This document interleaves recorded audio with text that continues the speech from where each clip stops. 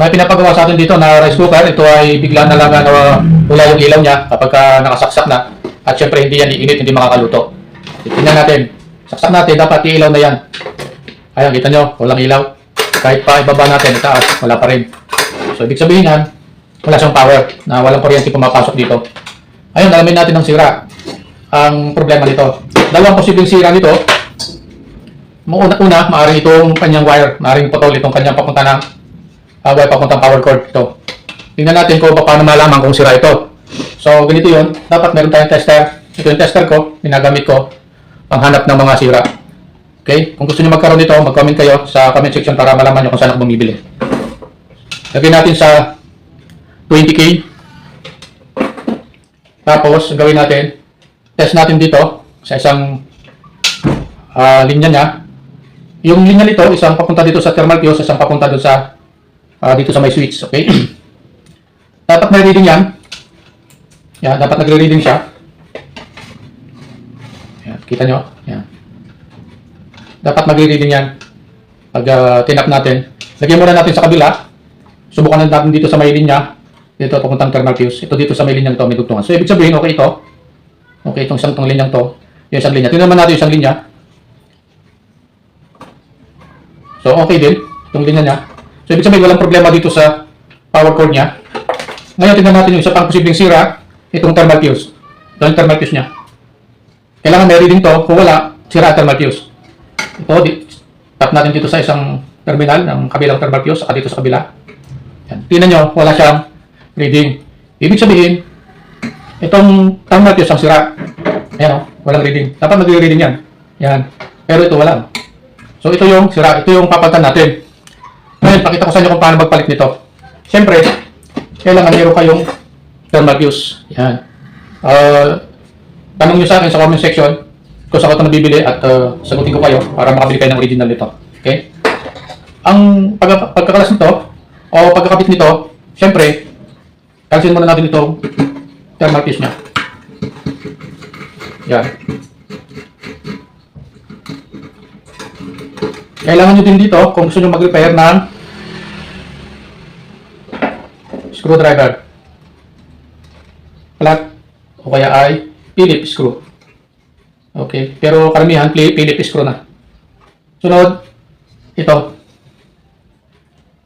Okay, so putulin na natin, pero pag pinutol natin, huwag natin pinutulin dito sa sagad dito kasi gagamitin natin ito. Dito natin puputulin sa may sagad dito sa kabila. So kailangan din yung ng cutter, ply. Okay. So ito yung thermal fuse. Sira. Tutang natin. Yan.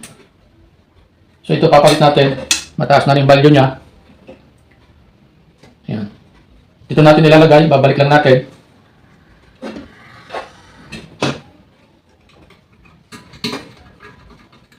Yan. Kung wala kayong panghinang, pwede naman hindi na hinangan. Yan. So ito, kaya hindi natin pinutol ng sagad kasi ito, ipipilipit na lang natin dito. Kasi karamihan sa inyo walang panghinang, kaya yun na lang gagawin.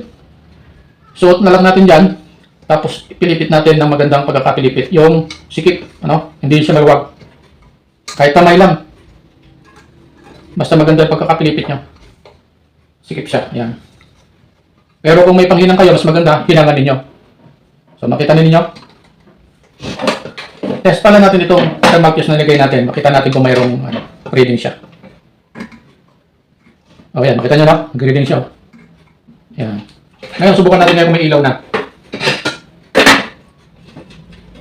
Yung iba, parehas may terminal dito. Pero ito wala. Kung may terminal, kung may screw, i-screw na lang ninyo. May ganun kasi. Yan, subukan natin. Kung magkakailaw na siya. Pag nagkailaw na yan, maiinit na siya. Saksak po. Yan, kita nyo, nagkailaw na siya. Okay. Siyempre, init na yan. Halimbawa, napalitan nyo na ng thermal fuse. Ito, pero ilang araw lang, sira na ulit. Palitan nyo na ulit. Tapos, ilang araw lang, sira na ulit. Pinalitan nyo na ulit. Tapos, ilang araw, sira na ulit. Pinalitan nyo na ulit. So, maubos lang yung pera na kapapalit. Na ito yung gawin ninyo. para hindi na kayo palit ng palit at hindi na sira na sira. Ito, tatanggalin na natin. Yung ginawa natin yan. Yan. Tanggalin na natin. Tanggalin natin yung pagkakapulupot natin. Kasi yan yung nangyayari. Mangyayari dyan, palit lang kayo ng palit. Pero, ano rin, sira din ang sira. Ganyan talaga yung nangyayari. Maubos lang yung pera ninyo. Kapapalit. Okay? Kaya tatanggalin na natin to. Yan. Okay, yan. So yung kanina, so ito, balik natin. Putulin muna natin pala. Yan, dito. Tanggalin na natin.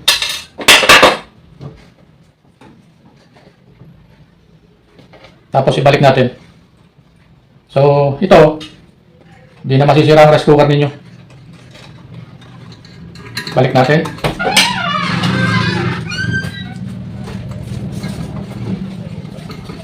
Kasi maubos lang ang pera nyo. Pabalik-balik kayo sa pagpapagawa. Pabalik-balik yung pagpabibili ng rice cooker. So, ito ang gawin ninyo.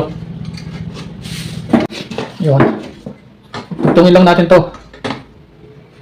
Ayan o, kadugtong na siya. Okay.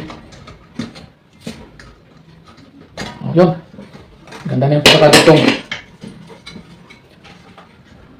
Okay. Ito, wala naman siyang lalapatan na metal. Wala rin dito. At yung cover, hindi rin lalapat. Mataas. Walang problema yan. So, wala na yung thermal fuse. Yan. Iilaw na yan. Subukan natin. Iinit na yan. Natin. Diba? Init na yan. Ayan. So, ganun lang. Para hindi na kayo gastos ng gastos. Paki-share, like, at follow naman.